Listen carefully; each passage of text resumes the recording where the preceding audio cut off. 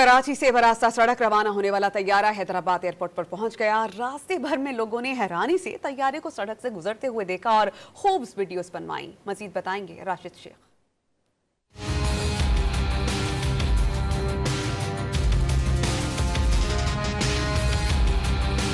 कराची से ज़मीनी रास्ते के जरिए बोइंग तैयारा हैदराबाद एयरपोर्ट पहुंचाने का कामयाब ऑपरेशन। अपनी नौयत का मुनफरिद और तकनीकी लिहाज से मुश्किल ऑपरेशन सरअंजाम देने में पूरा एक दिन लगा। तैयारा गुज़श्ता रोज़ कराची से बरास्ता मोटरवे M9 जामशोरो रवाना किया गया और आज शहर के मसरूफ़ तरीन इलाकों टंडो यूसुफ रोड, फतेह चौक से साइट एरिया और फिर हैदराबाद एयरपोर्ट पहुँचाया गया।